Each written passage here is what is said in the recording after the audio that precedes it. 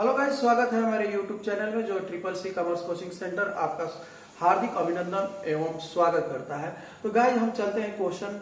आज चैप्टर जो लेकर के आए हैं डेथ ऑफ पार्टनरशिप का, जो कि रिटायरमेंट के बाद ही पढ़ना होता है और रिटायरमेंट के बाद ही जो डेथ ऑफ पार्टनर्स जब आता है तो गाइस जिस प्रकार हम रिटायरमेंट में कैलकुलेशन वगैरह किए रहते हैं ठीक उसी प्रकार इसमें सारा कुछ करना होगा। तो गाइस सबसे पहले हम डेथ ऑफ पार्टनरशिप का मीनिंग की तरफ से आएंगे। तो मीनिंग जैसे ही आपको समझ बनाइएगा कि गाइस जब किसी साझेदार की अगर कहीं मृत्यु हो जाती है तो उसके मृत साझेदार के जो उत्तराधिकारी होते हैं, घर के प्रतिनिधि जो होते हैं, उसके वारिस जो होते हैं या वैधानिक रूप से कोई घर का उत्तराधिकारी जो होता है उसकी राशि को भुगतान कर दिया जाता है। तो गाइस उनकी राशि को जब भुगतान किया जाता है तो आप ध्यान देंगे कि गाइस आप ध्यान देंगे कि अगर जो मृत साझेदार जो है, जो पार्टनर ऑफ डेथ घर गिर गया तो उसके घर के जो वारिस होंगे अब वो कहेंगे कि नहीं, हमको अब जो रहना है, यानी कि अब हमको क्या करना है कि जो मृत साझेदार का जो अब जितने हिस्से होता है, निम्न एसेट्स और निम्न लायबिलिटीज और निम्न गुडविल पर उसका अधिकार बनता है। तो वो अधिकार बनता है तो अब कहेगा कि ठीक है, अब मेरी हिसाब किताब कर दीजिए। घर का जो उसके वारिस जो होंगे तो घर के जो वारिस होंगे तो निम्न पर वो अधिकार जमा सकते हैं, निम्न तरीकाओं को अधिकार जमाएंगे। आखिर क्या चीज उनकी अधिकार होगी हम इस पे बात करते हैं। तो अधिकार के साथ साथ जो पार्टनर्स डेथ किए हैं गाइस, तो मान लीजिए कि जो पार्टनर डेथ किए हैं हम उन पर भी बात करेंगे कि आखिर जो पार्टनर्स है, मान लीजिए एक्स वाई जेड्स पार्टनर्स हैं और जेड्स पार्टनर्स जो है डेथ कर गया है जी। तो जेड्स यहाँ मान लीजिए जेड्स पार्टनर्स हैं और हम जेड्स कैपिटल की ही बात कर रहे हैं, उनकी ही।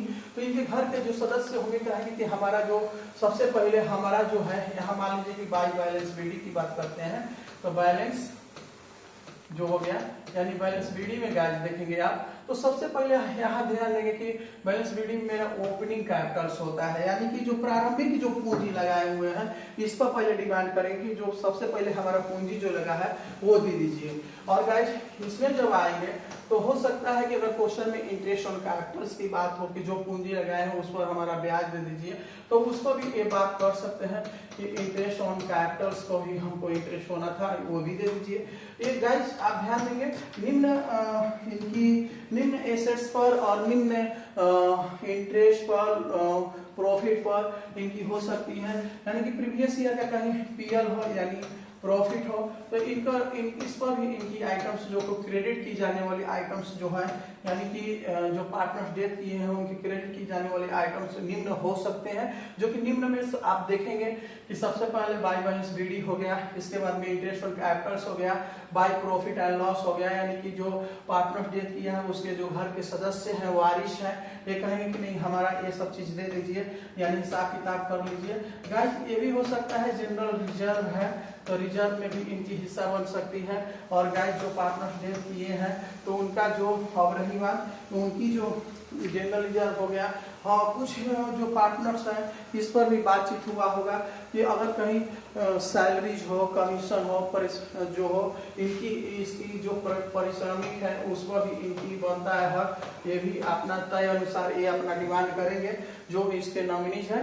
तो गाइस इस एक बात और हो गई, करंट ईयर का कहीं संपत्ति और लाइबिलिटीज में, जी हाँ, अगर करंट ईयर में अगर एसेट्स में और लाइबिलिटीज में इंक्रीज डिक्रीज किया गया हो तो उससे पता चलता है कि रिवैल्यूएशन हुआ है। तो रिवैल्यूएशन में जो रिवैल्यूएशन हुआ होगा उसको हम कहते हैं प्रॉफिट। अगर क्रेडिट की जाने वाली, अगर क्वेश्चन में मान लीजिए कि रिवैल्यूएशन हो चुका है, प्रॉफिट आ चुका है, तो ये भी इसमें भी इनका हिस्सा बनेगा, यानी कि रिवैल्यूएशन में भी इनकी हिस्सा बन सकता है। तो गाइस और सारा चीज है जो कि आपको हम बतला रहे हैं कि बहुत सारे क्रेडिट आइटम्स हो सकता है।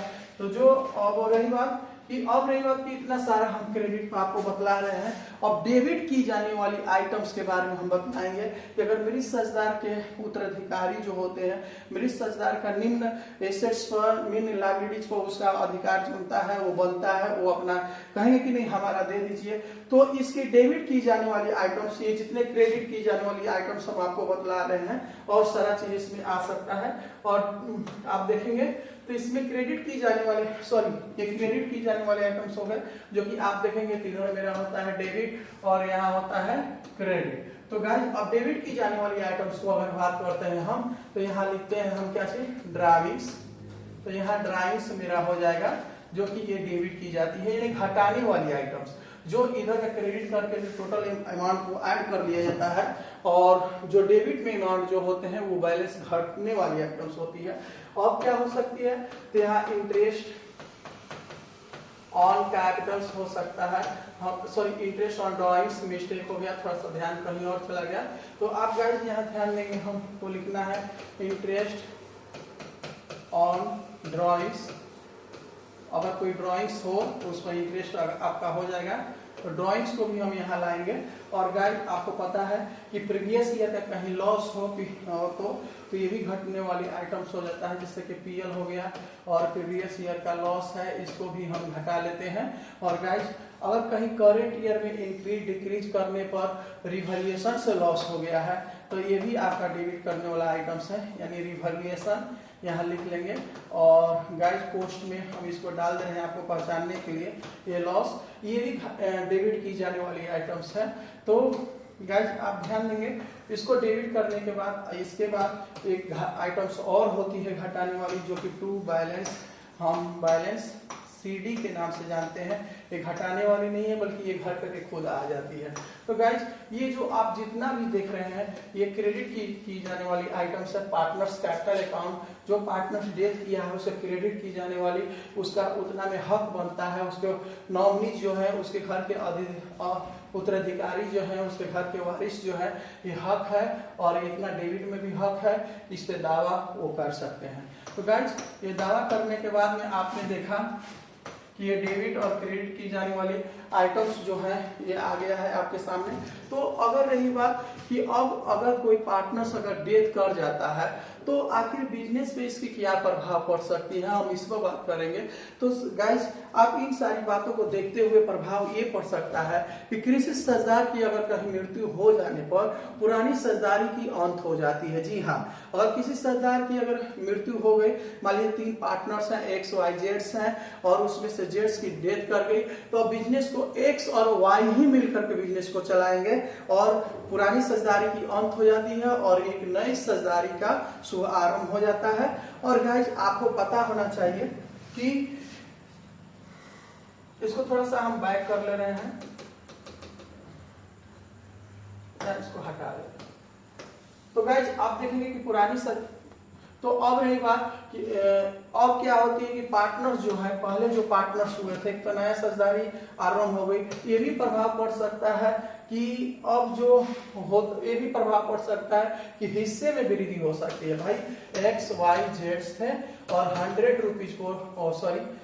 रुपीज को डिस्ट्रीब्यूट करते थे, तो समथिंग ये पड़ता था 33 समथिंग, पॉइंट कुछ और है, यानी कि पॉइंट में 33 हो जाता है, यानी कि 33। या एक और बात करते हैं, मान लीजिए कि 33 थोड़ा सा डिफॉल्ट हो रहा है, यानी कि 150 रुपीज है, 150 रुपए का प्रॉफिट है। अगर 3 पार्टनर्स को इक्वली में भी डिस्ट्रीब्यूट किया जाता था, तो 50 रुपीज और 50 रुपीज हुआ। लेकिन गाइज अगर ये जेड्स को अगर डेथ करने के बाद इनकी जो हिस्से में क्या हो जाती है, इंक्रीज हो जाती है, वृद्धि हो जाती है। अब जो डिस्ट्रीब्यूट करेंगे 75 रुपीज और 75 रुपीज। तो गाइज इस तरह से देख रहे हैं कि इनके हिस्से में वृद्धि हो जाती है। और एक और प्रभाव पड़ सकता है, इफेक्ट पड़ सकता है। क्या इफेक्ट पड़ सकता है, हम इस पे बात करेंगे। तो इफेक्ट ये पड़ सकता है कि इनकी पीएल रेशियो में चेंजिंग हो जाती है। हाँ बिल्कुल गाइज आपने सही सुना कि ये लोग जो एक पार्टनर डेथ हो जाने के बाद इनके पीएल रेशियो में भी चेंजिंग हो जाती है। कैसे चेंज हो जाती है, मान लीजिए कि एक्स है और वाई है और जेड्स है, अगर इक्वली पर डिस्ट्रीब्यूट कर रहे थे तो 1/3 था, 1/3 था, 1/3 था, जेड्स चले गए, तो अब यहाँ 1/2, इसमें भी डिफरेंस हो जाती है। या कोई प्रॉफिट रेशियो पहले से 3:1 रखे हो, ये अगर चले जाएंगे तो अपन में पहले 6 हुआ करता था, अब अपन में 5 हो जाएगा। तो इसमें कुछ ना कुछ चेंजिंग हो जाता है गाइस। तो अब रही मृत साझेदार के दावे का निर्धारण करना। तो मृत साझेदार के दावों का निर्धारण जब हम कैसे करेंगे, तो गाइस वो क्लेम करता है कि नहीं हमारी जो जितनी भी संपत्तियां हैं, लाइबिलिटीज है, सॉरी लाइबिलिटीज में हक बनता है, एसेट्स में हक बनता है, गुडविल में हक बनता है, जनरल रिजर्व में हक बनता है, यानी कि उस सारी में हक बनने के बाद वो अपना दावा करता है कि नहीं अब मेरा दे दीजिए। तो मृत सज्जदार का दावों का निर्धारण हेतु निम्नलिखित समायोजन की जा सकती है, यानी कि डेथ ऑफ पार्टनर्स के दावों का निर्धारण करने के लिए निम्नलिखित समायोजन किया जा सकता है। तो सजा अगर आप फिर से हम वही बात दोहराना चाहेंगे कि अगर कोई सजदार की अगर मृत्यु हो जाने के बाद वो दावे का उसके जो घर का नॉमिनी जो होते हैं, उत्तराधिकारी जो होते हैं, वो दावा ठोकते हैं। तो अगर किस किस पर उसकी दावा हो सकती है, तो गाइस हम बात करेंगे उसकी जनरल रिजर्व पर बात होगी, जो अवितरित थी, बांटा नहीं गया था, उसमें उसका हिस्सा बन सकता है। और गाइस आपको बतला रहे हैं कि प्रीवियस ईयर का जो प्रॉफिट होता है या लॉस होता है, उसमें भी वो दावा करेगा कि नहीं अब हमारा दे दीजिए, तो उनका भी हिसाब किताब उसमें भी करना पड़ता है। तो गाइस फर्म की ख्याति का मूल्यांकन किया जाता है, जैसे कि गुडविल ऑफ फर्म हो, और उस गुडविल ऑफ फर्म में भी आपको हम बतला रहे हैं कि वो गुडविल में भी उसका हिस्सा बनता है। संपत्ति एवं दायित्वों की बात करते हैं, जो एसेट्स में इंक्रीज हुआ है या लाइबिलिटीज में डिक्रीज हुआ है, इंक्रीज हुआ है, तो उसमें होने वाली जो प्राप्तियां होती हैं, लाभ या हानि लॉस होती है, तो उसमें भी वो कहेगा कि नहीं अब हमारा दे दीजिए, तो उसमें भी अब दिया जा सकता है। तो गाइस ये भी ध्यान देंगे कि आप जब उनकी एक चीज और होती है कि मान लीजिए ज्वाइंट लाइफ पॉलिसी ले रखे थे कुछ दिन बिजनेस को चलाने के लिए, तीनों पार्टनर्स के नेम से था, और तीनों पार्टनर्स में से एक पार्टनर डेथ हो जाने के बाद वो पॉलिसी क्या चल पाएगा? बिल्कुल नहीं चल पाएगा, क्योंकि अब वो एक पार्टनर्स नहीं है। तो उस पॉलिसी को वो लोग क्या करते हैं, सरेंडर करते हैं, यानी कि दावा करते हैं कि जो पैसा मिलेगा इनके उसी में से इनका जो हिस्सा बनता है उनके पीएल रेशियो के अनुसार, तो उनको भी वो दे दिया जाता है। तो गाइज देने के बाद जब आप ये सारी क्रियाओं करने के बाद,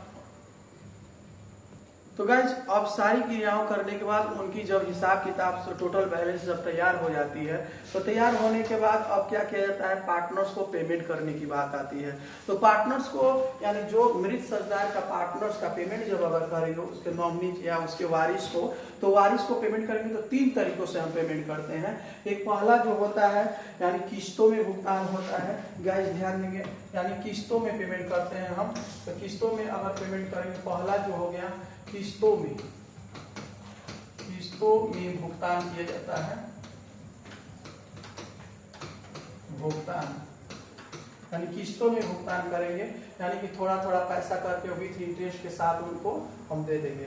गाइस दूसरा जो होगा एक मुश्त में दिया जा सकता है, यानी एक बार में इनको पैसा यानी कि दिया जा सकता है, यानी एक मुश्त में, यानी एक ही बार में पैसा दिया जा सकता है। तीसरा का आप जो गाइस ध्यान देंगे, यानी कि तीसरा जो कंडीशन जो होता है यानी पेमेंट करने का, एनुअल, यानी कि एक बार जब हिसाब हुआ 60,000 रुपया हो गया इनको देने के लिए, तो ये एनुअल यानी एक ही बार में इनको पैसा दे दिया जाएगा। तो एनुअल में क्या होता है कि वार्षिक तरीकों से, यानी कि वार्षिक तरीकों से इनको पेमेंट किया जा सकता है। 3 तरीकों से इनको पेमेंट किया जा सकता है। तो गाइज जब पेमेंट करने के बाद इनकी जो लायबिलिटी जो होती है इनकी क्या हो जाती है कि बढ़ जाती है। अगर कुछ ऐसे भी होते हैं एक मुश्त में अगर पैसा दे दिए तब तो इनकी एक मुश्त में अगर पैसा दे दी है तो इनकी लायबिलिटी नहीं बढ़ेगी बल्कि पैसा ले गए। लेकिन कभी कभार ऐसे भी होता है कि ठीक है भाई हम आपको पैसा दे रहे हैं तो ठीक है, अभी तो मेरे पास नहीं है और हम बाद में देंगे, तो बाद में देंगे तो इनकी लायबिलिटी क्या हो जाती है, बढ़ जाती है, क्योंकि वो पैसा देना होता है तो पैसा दे देंगे। अब रही बात गाइस आप ध्यान देंगे, अगर मान लीजिए कि अगर पैसा इन्होंने दे दिया, एक मुश्त में दे दिया, तो इनकी पूंजी की राशि क्या हो जाती है, घट जाती है। अब घट जाती है तो जो ओल्ड पार्टनर्स हैं यानी पुराने जो पार्टनर्स XY जो रहे बिजनेस में, अब वो करेंगे क्या कि कहीं तो अब वो अपने एक्स्ट्रा पैसा लगाएंगे, एक्स्ट्रा पैसा का व्यवस्था करके, तो वही जो एक्स्ट्रा पैसा लगाते हैं तो वहां पूंजी का समायोजन किया जाता है। तो गाइस इन सारी बातों को, इन सारी थ्योरी को लेकर के रिटायरमेंट ऑफ पार्टनरशिप का जो कुछ बच जाते हैं जर्नल एंट्री, इसकी जर्नल एंट्री जो है हम आपको बतलाएंगे क्वेश्चन में कि आगे कैसे क्वेश्चन में जर्नल एंट्री का प्रयोग करेंगे। मिलते हैं अगले क्वेश्चन के साथ, अगले एपिसोड के साथ। अगर गाइस आपको कुछ समझ में आता है तो आप कमेंट बॉक्स में जरूर लिखेंगे। इसके लिए बहुत बहुत धन्यवाद।